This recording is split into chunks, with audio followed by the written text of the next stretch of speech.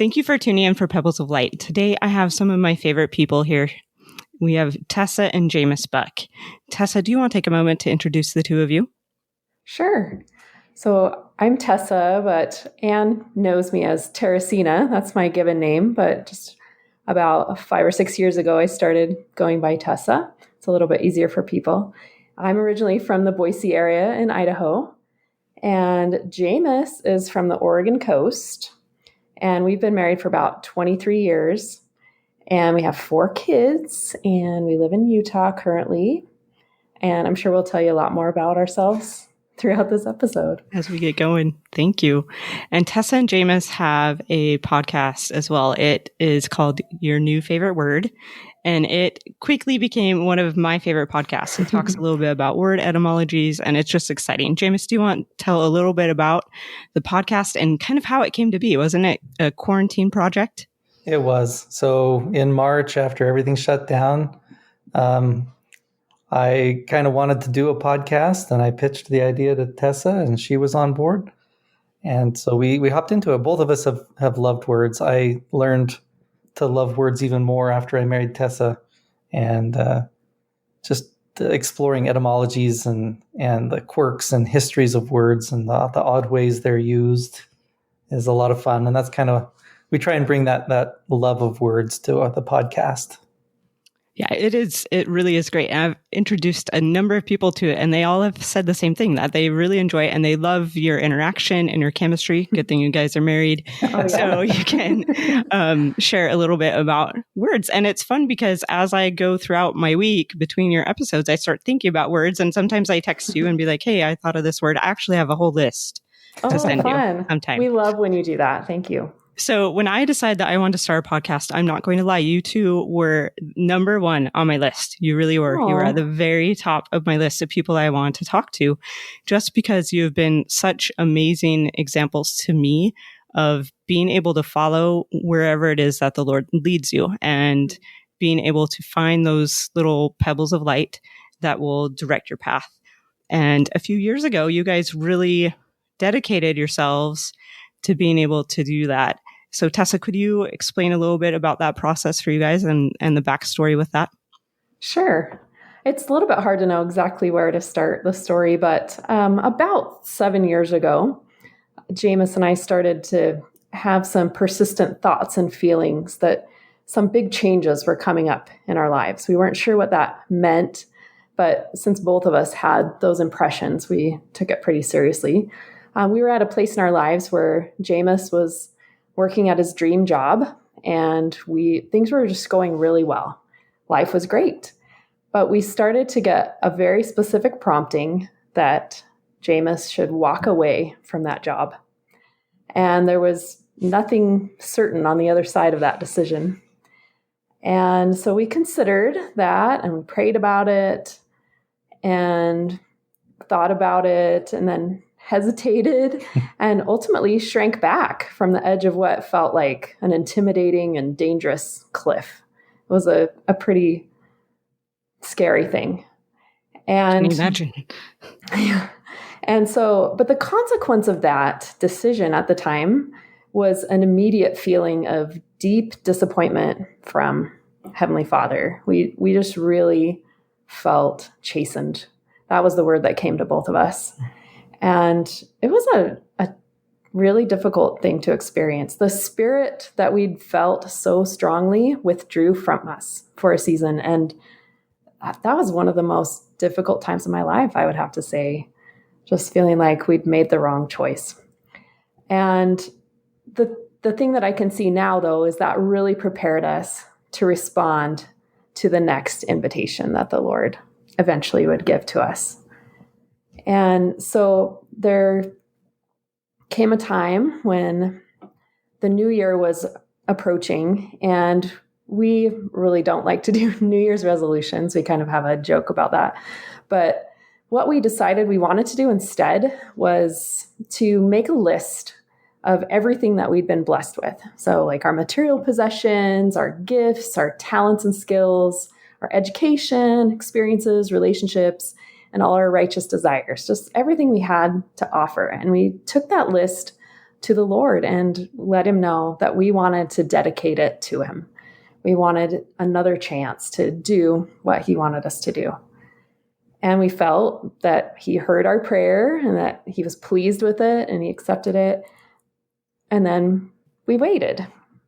We didn't feel like we got an answer right away. But a few months later, we received some unmistakable promptings again for Jamiss to leave his job. And I'm going to let him talk a little bit about that experience. Sure. So it was kind of complicated. A few years leading up to this, I'd been starting to experience burnout more and more. Not specifically because of my work or anything related to my job, but just I couldn't focus on the work. I couldn't sit and work for very long at a time. It was getting harder and harder. And it really, in retrospect, it feels like the Lord was preparing me to leave my job, almost in a sense of, you're either going to leave because you choose to, or you're going to leave because you have to. Yeah. And so kind of, for my mental health, I knew something needed to happen. But it didn't make the change any less scary. Like we didn't know what was on the other side. We didn't know if we were going to be safe. We didn't know, like, health insurance was a big unknown, and just finances and wondering what we would do without income. But we knew we needed to do it, and it turns out that the company I worked for, Basecamp, was incredibly supportive. They were 100% behind me making this choice, and we parted on very good terms, very friendly. And everyone was so concerned and willing to help out. Yeah, and they even provided health insurance for us for a year after Jamiss quit. Yeah. Yeah, I've had a couple of instances where I have left jobs due to a feeling of a prompting. And both times, my bosses were very understanding. Even though we didn't share the same faith or anything, they were very understanding, very respectful of that. And that made that situation so much easier. In my case, however, I was the part-time income. One time I was the full-time income while my husband was still studying for his board exams. And that was a little scary, but it makes me think of Peter and the other fishermen. And when Christ comes and says, "Come follow me," and how it wasn't like they had a bad day fishing that day. You know what I mean? Yeah. The fish were biting, things were going well, and you're asked to set that aside and follow him. And that can be an intimidating situation. What did your family and friends say? Well, it's interesting. There were different kinds of reactions that we got. One of them was people really wanted to know why, and some of them understand the idea of promptings and have a similar belief system. Others didn't. But there were even some people who are very close to us, who are very faithful believers, that thought our choice was kind of crazy and a little bit irresponsible. Maybe we're acting in a way that was a little bit flaky. And they all wanted to know, what are you going to do? Kind of, what's next? What, you're leaving this job for what? And the answer was, we don't know. Other people were kind of a little more understanding and supportive, and that was helpful. And some of the other things that happened as a result, people assumed that we were doing them to follow our dreams. And I always laugh about that, because I just think about all the things that we've done, the path that we've taken. We never dreamed of any of this. It was never from us. And so the only thing I can say to that is my dream has been to be completely obedient to personal revelation from the Lord. And in that sense, yes, we've been following our dreams.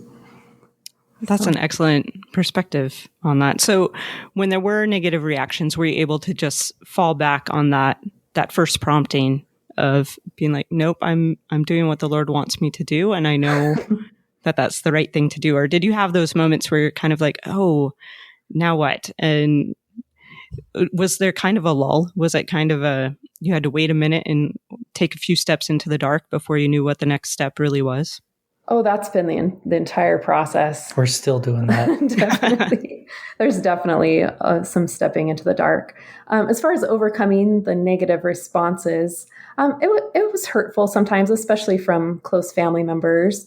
But I kind of have come to believe that, their response is coming from a place where they're not feeling the same feelings we're feeling, and I look at other people's choices and decisions sometimes, and I think, whoa, that's a little bit crazy, and then I have to stop and remember and say, you know what, I'm not feeling the feelings. I don't have any, right, I guess, to judge their choice based on that. So that helped me to kind of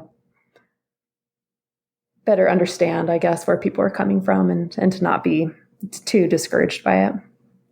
That makes sense. I think the flip side of that is even true, where if someone is going through a very difficult trial or a grief process or something like that, and you look at them and you're like, wow, how are they functioning as well as they are? Yeah. I think, that's kind of the opposite side of that, is you're not feeling what they're feeling, or feeling, I don't want to say the support, because you guys felt the support as well, but yeah, you're just able to rely upon the Lord and receive that help and strength and comfort that you need. Yeah. So when you did this, how old were your kids? Was this a family decision, or was this a couple decision? It was a couple decision. Our oldest was 13. Our youngest was 6. We have 4 kids. So they were 13, 11, 8, and 6 at the time.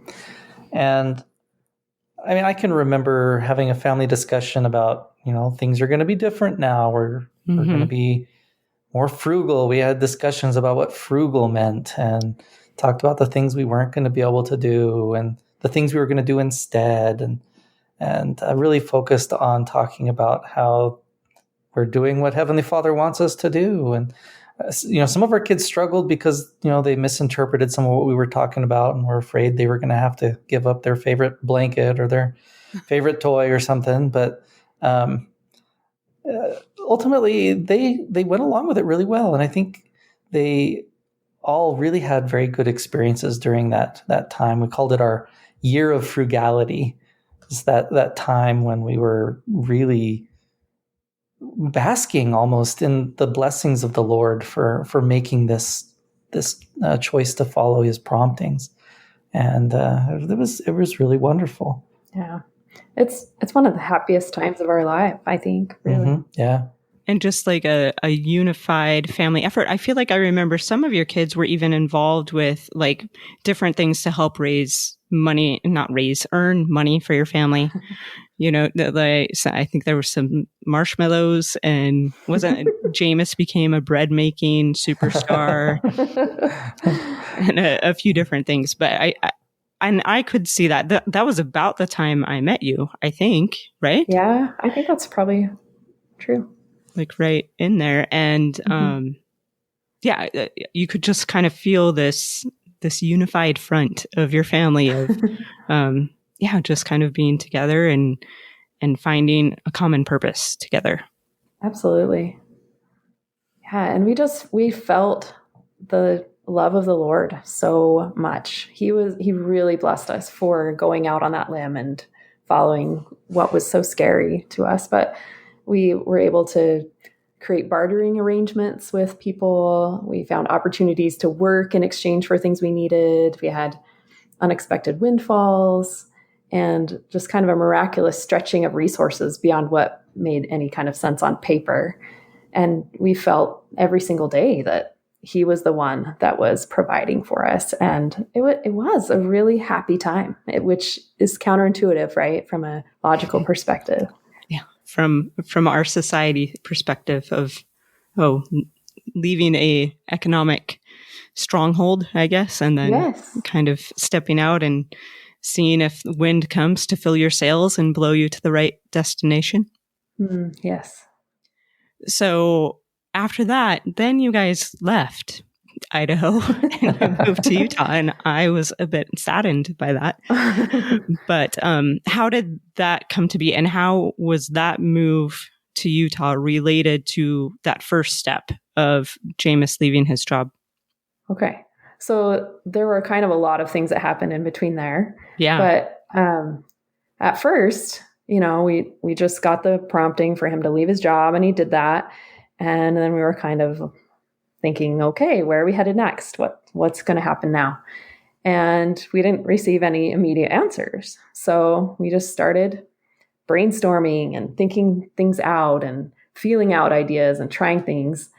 And some of those things just did not work. We had this idea of creating these creative summer camps for kids, and we didn't know the first thing about advertising, and we just did our best and tried to get word of mouth out, and we got exactly 0 signups for that. So it was a little bit discouraging, but we were just trying things out, and the Lord loves effort, right? We've heard that recently. And eventually we just would get little ideas and guidance in unexpected directions. So one thing is Jamiss wrote a book. Do you want to talk about that? Yeah. Sure. So it was March when I left my job, and towards like fall, August, September, rewind a little bit. Before I left my job, back in 2010-ish, I had written a series of blog posts about mazes, basically, about programming random mazes. And they were pretty popular. People read them and commented on them, and I got a lot of good feedback. And someone even mentioned, you should write a book about this. And I laughed it off, haha. But that fall, after I quit my job, that idea came back to me, and I should write a book about it. And I was starting to feel some of the motivation return. Some of the burnout was leaving. I'd done kind of an online quirky novella over the summer that dealt with programming, and started to feel some of that motivation return. And so I was like, yeah, I'll have a go at that. And so I put together a proposal and submitted it to a publisher, and they liked it. And so I was given an editor, and I started working on it. And so that occupied me the end of that year into the next, to clear up until we moved down to Utah. And it was a real blessing to have an opportunity to work on this. It was kind of an outlet for creativity and a way for me to ease back into the technical work that I'd been doing my whole career. And it was a real confidence booster for me, and a real blessing in a lot of ways. And did it help you kind of renew your love for that area of your life? Because you'd said you were kind of starting to feel a little bit of burnout. So now being able to do it on your own terms by writing this book, did that help? Yeah, absolutely. It was in high school when I first started, discovered computer programming. And the thing that I loved most about it was the fun that it was, the joy that I had in doing it, just for the sake of programming, like finding some quirky project and working on it. And mazes, computer generated mazes, were one of the first things I learned how to do in high school. And coming back to that, I really did start to rediscover some of my original motivations for the work that I do.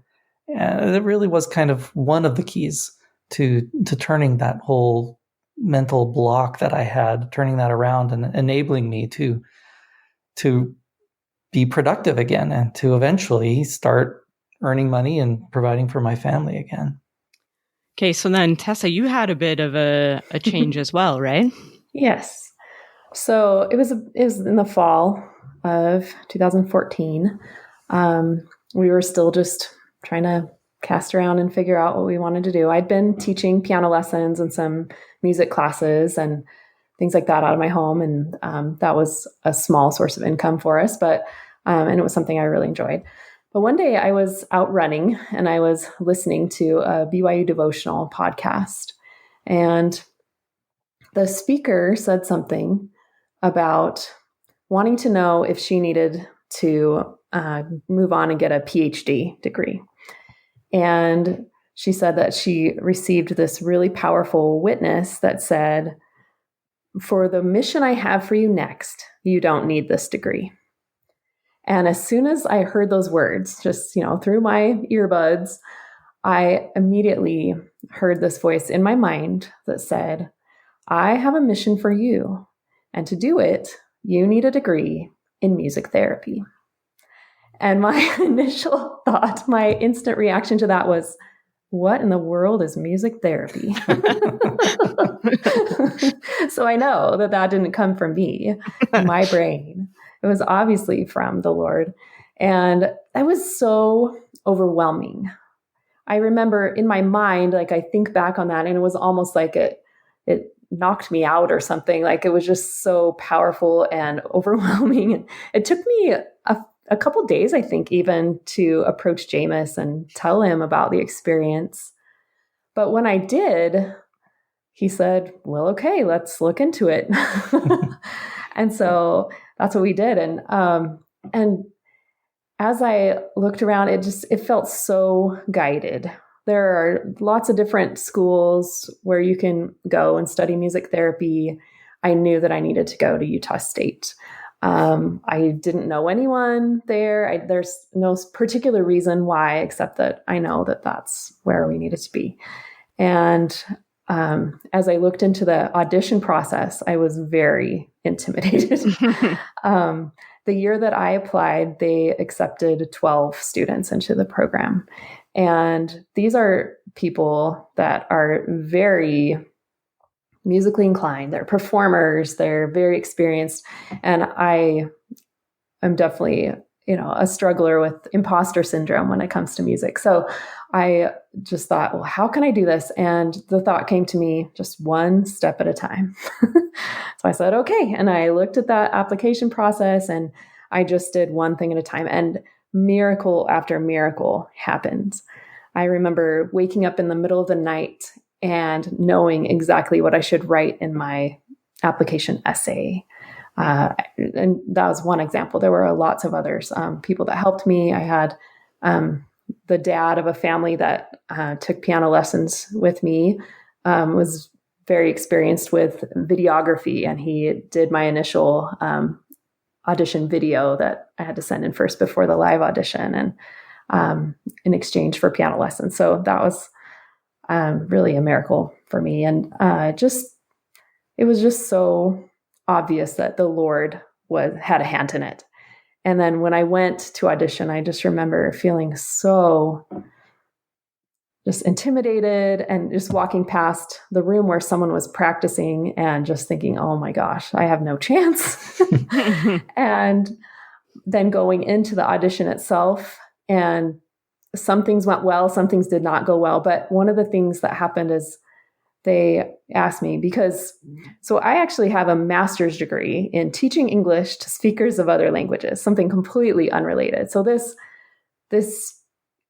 revelation to go back to school for a second bachelor's in a completely unrelated field it was so illogical, right? It made no sense on the surface. But so they asked me in the interview there, they said, "So I see you have a master's degree in this other field.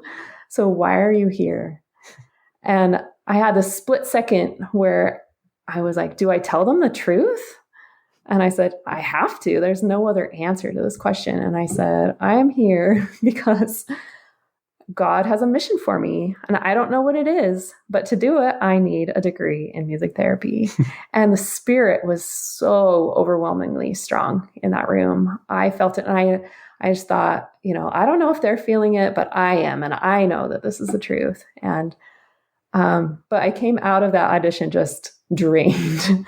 And I just thought, well, I don't think that went very well, but I can try again next year because it's a once a year kind of entrance for the program.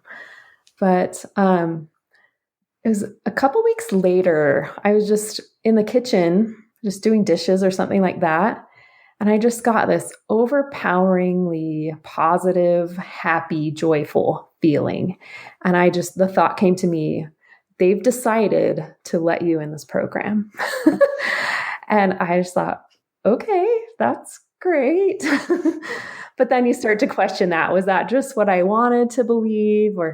And so then a few weeks later, when the letter arrived in the mail, that's back in the old days already. They do it all electronically now. But I remember just holding that letter and just trembling and not wanting to open it because I didn't want it to be a rejection letter. And it's funny, I've talked with my cohort mates that were accepted that same year, and all of us said that first paragraph of the letter sounded like it was going to be a rejection. Oh, really? It was terrible. So you read through the first paragraph and you're steeling yourself for the next sentence saying, oh, this is not going to be good. But then the next sentence is, congratulations, we would love to offer you a position in our program. So that was crazy. And that there is nothing short of a miracle that made that possible. I was supposed to be there. And so we picked up and moved. So I auditioned in February of 2015. And then that fall, I started the music therapy program at Utah State.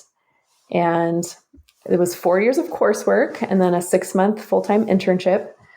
And then finally, like due to COVID, it took forever to be able to take my board exam. At the end of this past summer, I was able to do that and become credentialed as a music therapist. And just in time for no one in any of the settings that I want to work in to want anyone from the outside to come in and work. So I'm still figuring out what the next step is going to be. What that mission is that Exactly. you need the degree for. Exactly. So, and I've had little hints here and there all through the entire thing. But we're still walking into the dark. Sometimes I feel like we get those promptings that we need to do something, and in our mind initially it's for the sake of someone else. Mm-hmm. But oftentimes what we gain out of the process is even greater. Absolutely. That's absolutely true. And I feel like in this process of deciding to go to school there and the application process and all those different things, did that really help you kind of really fine tune your relationship with the Spirit and being able to receive personal revelation for you? Yes, I would definitely say it did. I mean, I feel like I've always relied on the Spirit a lot. I've always been blessed by the Lord guiding me through inspiration. But yes, this made me more confident in knowing that certain things were from the Spirit and not just from my own brain. And feeling like I could really trust in Him to catch me, that I wouldn't fall. And I recently was thinking about a post that I made on Facebook way back in 2016.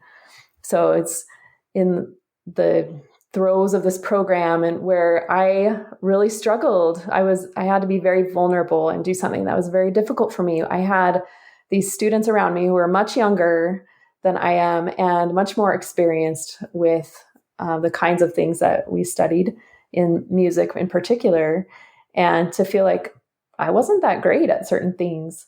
But this was a post that I wrote. I said, "Rough day today. In the midst of the struggle, I cried out toward heaven. What if I can't be what you're asking me to be?" Instantly, this thought came to my mind. What if I'm only asking you to be obedient? Ooh, I love that. It was pivotal for me. No, it's okay. I don't need to do anything in particular. I don't need to be the top of the class. I don't need to even finish this program if it's not what the Lord continues to ask me to do. I just need to be obedient from moment to moment and know what He's asking me to do. So yeah. I remember one time, Tessa was our primary music leader and I was teaching sharing time. And in the middle of the lesson, I had this prompting come to my mind that I had to ask her a question about being obedient to first messages. And I don't think so, because I don't think he was a frequent general conference speaker yet. But Elder Rasband has given a talk where he talks about being a first responder.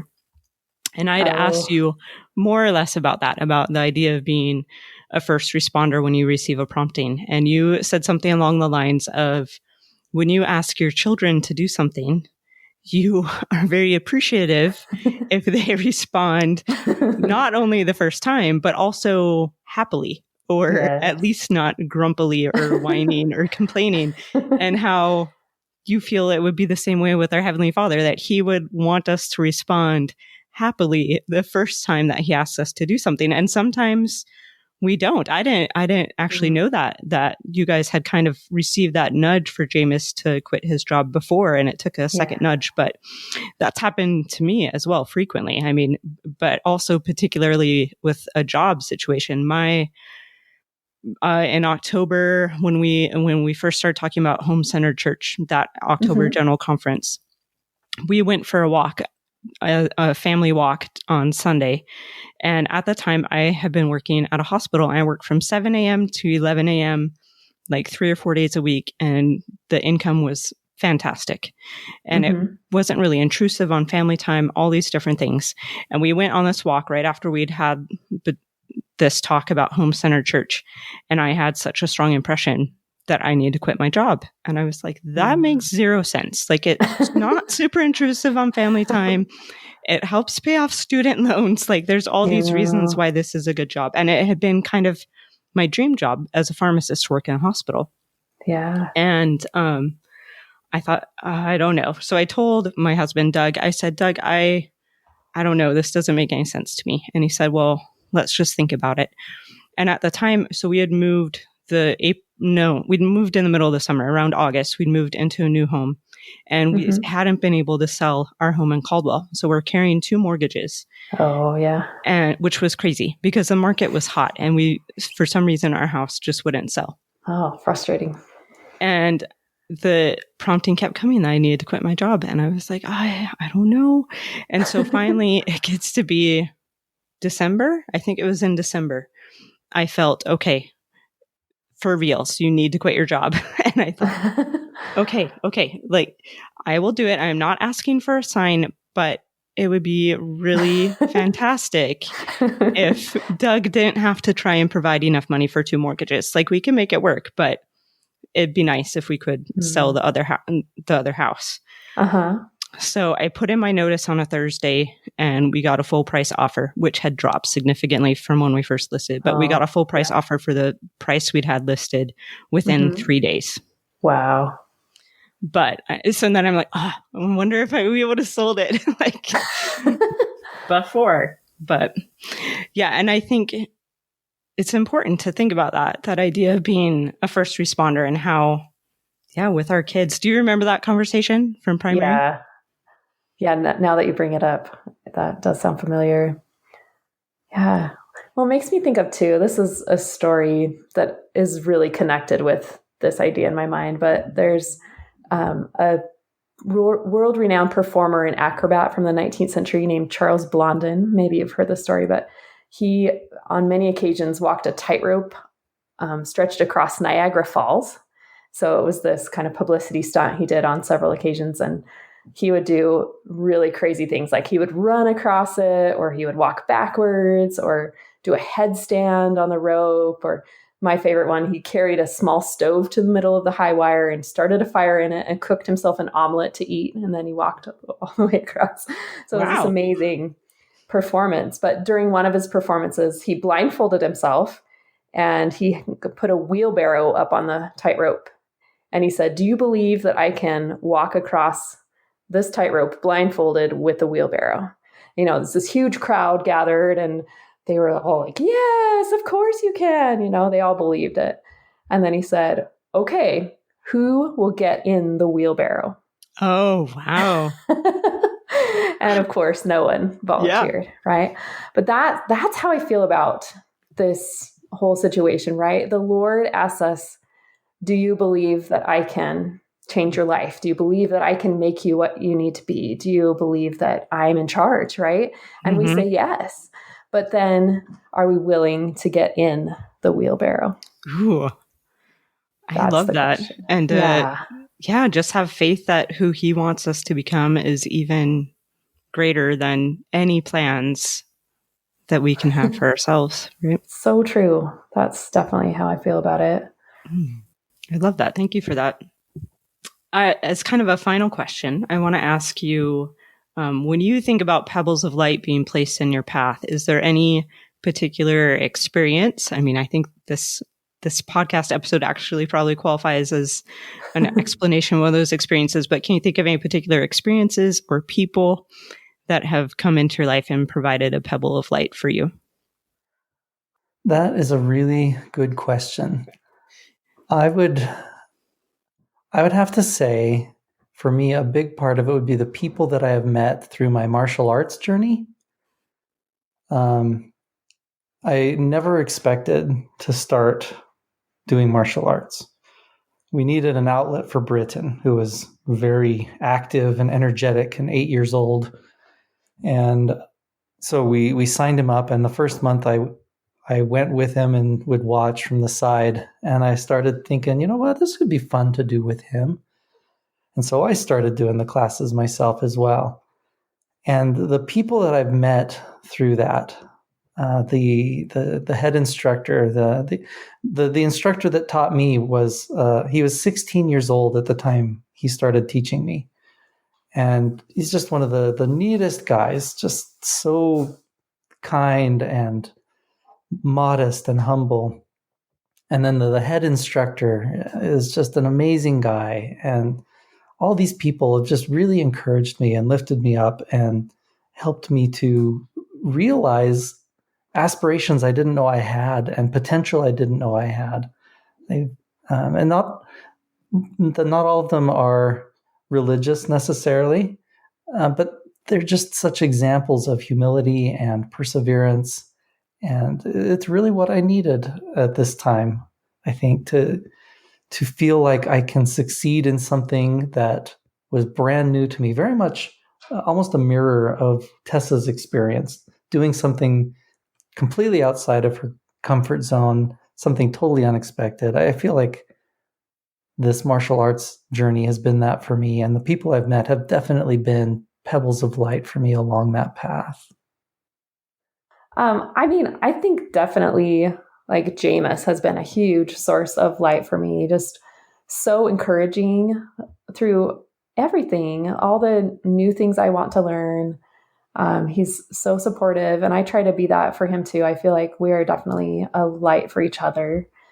And then, yeah, there are countless examples of people, and you included, that have brought light into my life in a lot of different ways. But you know, I could probably say that, like, I've listened to a lot of. I mentioned that I was listening to a BYU devotional podcast, and I've listened to the BYU I ones, and then the All In podcast. There are certain ones that I listen to while I exercise or just do different household chores, and I feel like I've gained a lot of pebbles of light from those kinds of places and people that they will never know how much they influenced me. Like, think about the woman that gave that speech that, you know, that totally changed my life and my family's life and will continue to influence, and she will never know. Maybe I should look her up and let her know. Yeah. Send her a little note and say, thanks so much.